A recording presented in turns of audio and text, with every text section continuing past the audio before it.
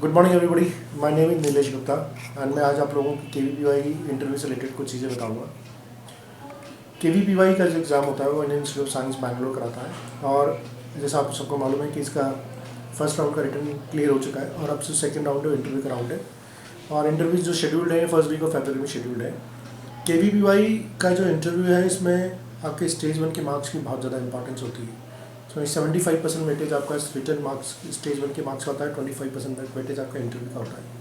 So for example अगर इस बार की अगर हम कट ऑफ देखते हैं तो जो 11th क्लास के स्टूडेंट्स हैं उनको हम बोलते हैं ऐसे स्ट्रीम के, इसमें जनरल की कट ऑफ 43 है और STSC की कट ऑफ 32 है एंड फिजिकल हैंडीकैप की कट ऑफ भी 32 है। इसी तरह से हम जो 12th क्लास के स्टूडेंट होते हैं जिसको बोलते हैं SX स्ट्रीम, उसकी कट ऑफ 54 है जनरल की एंड बाकी की 40 एंड 40 कट ऑफ है। तो हम देख सकते हैं कि इस बार ऐसे की कट ऑफ काफ़ी कम गई है। ऐसे की कट ऑफ काफ़ी कम गई है जबकि लास्ट ईयर यही कट ऑफ 53 गई थी, क्योंकि इस बार पेपर काफ़ी टफ था। और अब हम ये देखेंगे कि इसमें सिलेक्शन कैसे होगा। तो अगर मैं लास्ट ईयर का आपको एक आइडिया देना चाहूँ तो लास्ट ईयर हमारे पास करीब ऐसे स्ट्रीम में 53 कट ऑफ गई थी और जो फाइनल कट ऑफ गई थी वो 60 गई थी। दैट मीन्स अगर किसी स्टूडेंट के लास्ट ईयर 56 मार्क्स स्टेज 1 में आ रहे थे ऑन ए स्कोर ऑफ 100, तो अगर हम उसको 75 के स्कूल को नॉर्मलाइज करते हैं तो उसका स्कोर 42 आता है। अगर उसका नॉर्मलाइज स्कोर 42 आता है और अगर फाइनल जो कट ऑफ 60 गई है तो उसको कम से कम 18 मार्क्स इंटरव्यू में आना जरूरी है। तो अगर आपका रिटर्न में स्कोर बहुत अच्छा है तो आपके केवीपीआई में स्कॉलर बनने की संभावनाएं बहुत बढ़ जाती है। और अगर आपका रिटर्न का स्कोर कम है तो आपको इंटरव्यू के लिए स्पेशली मेहनत करने की ज़रूरत है। तो अगर कोई ऐसा स्टूडेंट है जिसके 70 के ऊपर मार्क्स आ रहे हैं या 72 के ऊपर मार्क्स आ रहे हैं तो शायद उसको इंटरव्यू में जाने की जरूरत भी नहीं, क्योंकि उसका सिलेक्शन हो ही जाएगा। लेकिन जिन स्टूडेंट की 60 के बिलो मार्क्स एंटिसिपेट कर रहे हैं उनके लिए केवीपीआई का इंटरव्यू बहुत ज़्यादा इंपॉर्टेंट हो जाता है। अब अगर हम ये बात करें कि लास्ट ईयर कितना परसेंटेज सिलेक्शन होता है तो मैं आपको बता देता हूँ कि लास्ट ईयर ऐसे स्ट्रीम में करीब 1100 बच्चों को लिस्ट जारी करी थी और उसमें से 579 स्टूडेंट्स का सिलेक्शन हुआ था। सिमिलरली SX स्ट्रीम में 1700 बच्चों की लिस्ट जारी करी थी और उसमें से 1255 स्टूडेंट्स का सिलेक्शन हुआ था। Now how do we prepare for the interview? What is an interview? So हम let's understand what is an interview. आप में से बहुत सारे स्टूडेंट ऐसे होंगे जो अपनी लाइफ में पहली बार इंटरव्यू में अपीयर कर रहे होंगे, तो एक दिमाग में एक एंजाइटी भी होगी कि इंटरव्यू में होता क्या है, ऐसा क्या होता है। तो मैं आपको बता देता हूँ कि interview is the simplest definition of the interview is a one-on-one interaction when the two sides which are trying to impress on each other. That's a very simplest definition of interview. और ऐसा नहीं है कि हम interview अपनी life में पहली बार दे रहे हैं, हो सकता है कि फॉर्मल इंटरव्यू पहली बार दे रहे हैं, but what we do in any conversation, जब अपने टीचर से आप डाउट पूछ रहे होते हैं या अपने फ्रेंड से आप डिस्कशन कर रहे होते हैं, that's also a kind of an interview. The only thing in an official interview becomes is that the setting becomes a little unnatural. एक बंदा है जो आपसे क्वेश्चन पूछेगा और आपको क्वेश्चन का जवाब देना है। नाउ कई बार ऐसा होता है कि हम बहुत टैलेंटेड होते हैं, कैपेबल होते हैं, लेकिन हम कई बार चीज़ों को ढंग से बता नहीं पाते। और मैं इन अगले 10 मिनट आपसे इस बारे में बात करूँगा कि आपको अपने इंटरव्यू के लिए किस तरह से तैयारी करनी चाहिए और क्या क्वेश्चन का जवाब कैसे देना चाहिए। देखिए, all questions are very standard questions.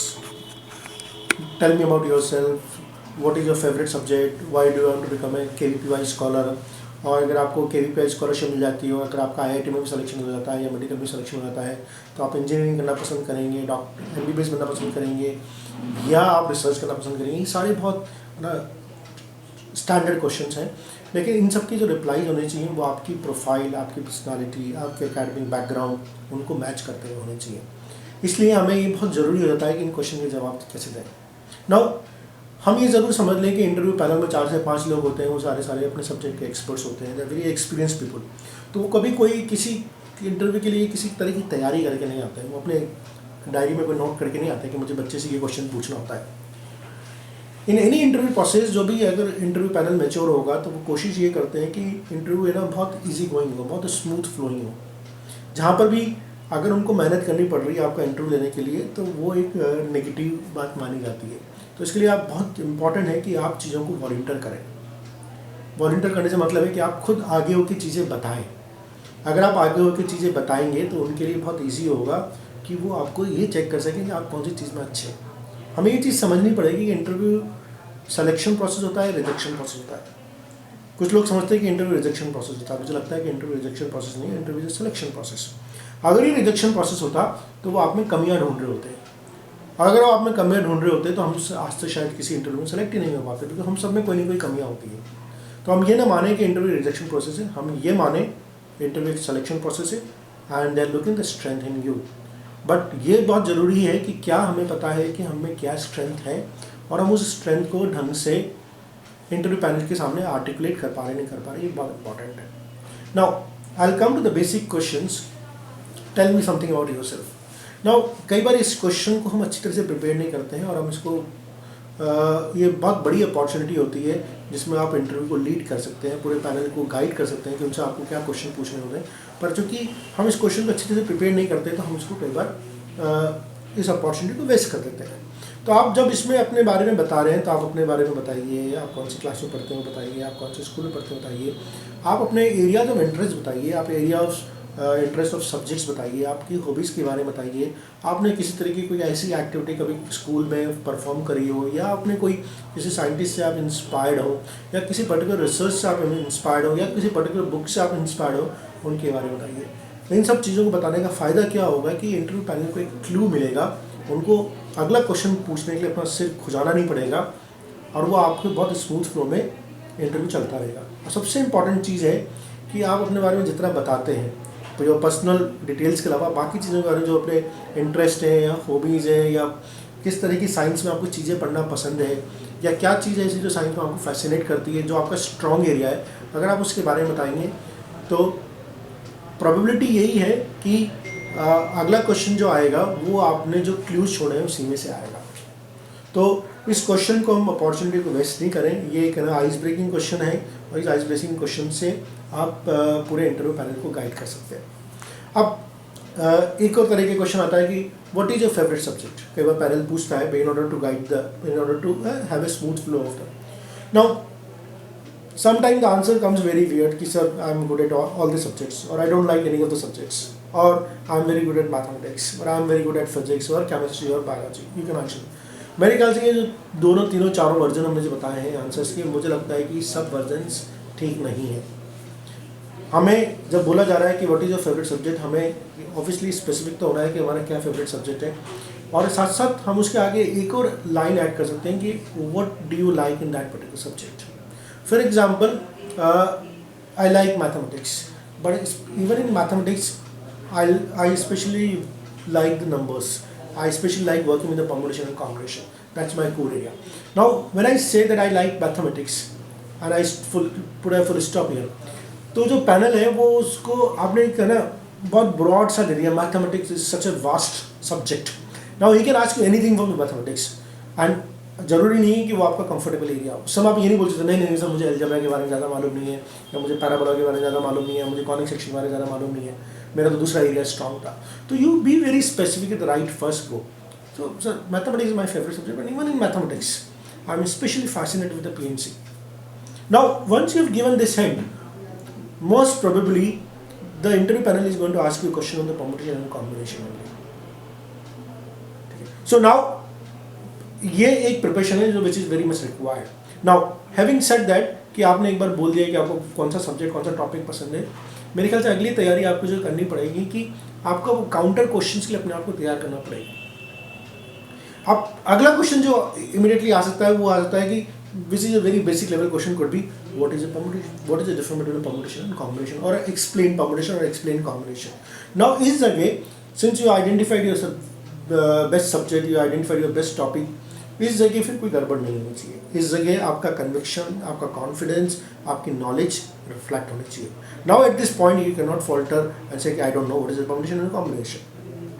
तो अब इसमें आप तैयार रहिए कि आपको पैनल है ना एक बड़ा बेसिक क्वेश्चन पूछेगा, अगर आप उसको सही जवाब दे देंगे विल बी इम्प्रेस्ड। फिर आपसे थोड़ा सा टफ क्वेश्चन पूछेंगे, उसको जवाब देंगे और इम्प्रेस हो जाएगा, और फिर एक और टफ क्वेश्चन पूछेंगे, ठीक है, और शायद आप उसका जवाब नहीं दे पाए या आप दे भी देते हैं, पर अगर आपको डाउन लेवल 2 और 3 तक अगर आप क्वेश्चन के जवाब दे पाते हैं तो this is going to impress the interview panel very much. And obviously आपके पैनल में जो लोग बैठे हुए हैं, 4-5 लोग जो बैठे हुए हैं, सब अपने अपने सब्जेक्ट के HODs हैं, मास्टर्स हैं, एंड से मैथमेटिक्स का जो पैनल मेंबर होगा वही आपके इंटरव्यू की रिपोर्ट को डिसाइड नहीं करेगा। बाकी सब्जेक्ट्स के जो मेंबर्स होंगे उनकी भी रिपोर्ट बहुत इंपॉर्टेंट होगी। तो आप भले ही आपका मैथमेटिक्स एक फेवरेट सब्जेक्ट है, but you know to save the face आप बाकी सब्जेक्ट्स के बारे में थोड़ा सा पढ़ के जाएं, एटलीस्ट इनके एक एक टॉपिक के बारे में आपका इंटरेस्ट शो होना चाहिए। तो अगर बायो वाला टीचर आपसे पूछता है what do you like in biology, तो your facial expression should not come like this, oh bio के बारे में बात कर रहे हैं, मुझे बायो तो अच्छा नहीं लगता। क्योंकि बायो वाले टीचर का भी उतना ही वेटेज है। आपने हो सकता है कि 10th के बाद बायो नहीं पढ़ा हुआ हो, अब आप मैथ्स में चले गए हो, फिर भी अगर आप ऐसे स्ट्रीम के स्टूडेंट हैं तो बायो का भी उतना ही वेटेज है और आपको उतनी ही इंपॉर्टेंस बायो वाले टीचर को भी देनी ही पड़ेगी। तो आप बायो के बारे में थोड़ा सा किसी चैप्टर के बारे में, चाहे वो आपने सेल थ्योरी पढ़ लिया है, चाहे वो जेनेटिक्स पढ़ लिया है, चाहे वो हेरिडिटी पढ़ लिया है, चाहे वो डाइवर्सिटी पढ़ लिया है, कोई भी एक टॉपिक आप पढ़ के जाइए ताकि आप उस बारे में कॉन्फिडेंटली कह सकें। And when you ask when you're conversing about the bio, there has to be brightness in your face also. There are बहुत dull response नहीं दे, though you are not liking that subject, but still you cannot afford to offend anybody in the interview panel. तो ये कुछ चीज़ें हैं जो मैं चाह रहा था कि आपको इम्पॉर्टेंट है। कुछ कई बार ऐसे क्वेश्चन भी पूछे जाते हैं कि अगर आपका IIT में सिलेक्शन हो जाएगा तो फिर आप KVPI रिसर्च को करेंगे या नहीं करेंगे। नाउ ये क्वेश्चन बड़े ट्रिकी होते हैं, क्योंकि ये बात सबको मालूम है कि जो 90% स्टूडेंट्स होते हैं KVPI स्कॉलर्स, वो IISc को ज्वाइन नहीं करते हैं, वो IIT को ज्वाइन करते हैं, वो सब कहीं ना कहीं IIT या मेडिकल की कोचिंग कर रहे होते हैं। तो मेरे ख्याल से इस समय इस क्वेश्चन का जवाब अनलिटिल यू आर वेरी क्लियर। अगर आप बहुत क्लियर हो कि नहीं सर मुझे तो कुछ भी हो जाए, मुझे तो रिसर्च में जाना है, you should mention it, and why do you want to go into the research, you should also mention that, okay. And और ये भी आप बहुत क्लियर हैं, मुझे तो किसी भी हालत में KVPI में जाना ही नहीं, मतलब उसको एग्जाम को ऐसे दे दिया था, तब भी ये कहना बहुत मुश्किल, बहुत थोड़ा सा डिफिकल्ट हो सकता है कि नहीं sir I am not interested in going into research, I just come, मैंने आपसे इसका एग्जाम दे दिया। तो इस तरह के क्वेश्चन को आप थोड़ा सा ट्रिकी तरीके से हैंडल करें। मे बी मेरे जैसा स्टूडेंट होगा जो एक एवरेज स्टूडेंट था, तो मैं आई वुड हैव सेड कि sir I would like to keep my all option open, this is too early to say कि मैं IIT में जाऊँगा या KVPI में जाऊँगा। मैं तो सर सेट भी दे रहा हूँ, मैं तो बिट सेट भी दे रहा हूँ सर, मैं तो और भी SCRA का भी एग्ज़ाम दिया है, मैं नहीं जानता सर, मेरे पास एक ही चांस है कि मैं कौन से एग्ज़ाम में सेलेक्ट होऊंगा, कौन से एग्ज़ाम में सेलेक्ट नहीं होऊंगा।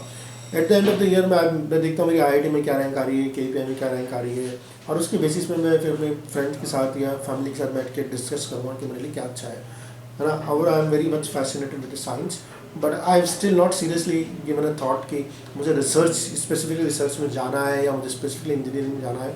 एज ऑफ नाउ मैं अपना सिर्फ ना काम कर रहा हूँ, मैं सिर्फ पढ़ाई कर रहा हूँ, एंड मैंने जो अपॉर्चुनिटीज आ रही है उनको मैं ना इनकेश किए जा रहा हूँ। सो ये कुछ क्वेश्चंस थे जो मैं आपको बताना चाह रहा था और इसके साथ डिस्कस करना चाह रहा था, एंड आई होप ये एक छोटा सा वीडियो है आपके लिए बहुत हेल्पफुल रहेगा। और आप ज़रूर, मैं एक ब्लॉग भी लिखता हूँ, मैं चाहता हूँ कि आप उस ब्लॉग को भी देखें, kvpyinfo.blogspot.com। इस ब्लॉग पे आपको लेटेस्ट जानकारी मिलती रहेगी। और इसके साथ ही all the best for your interview and good luck, thank you.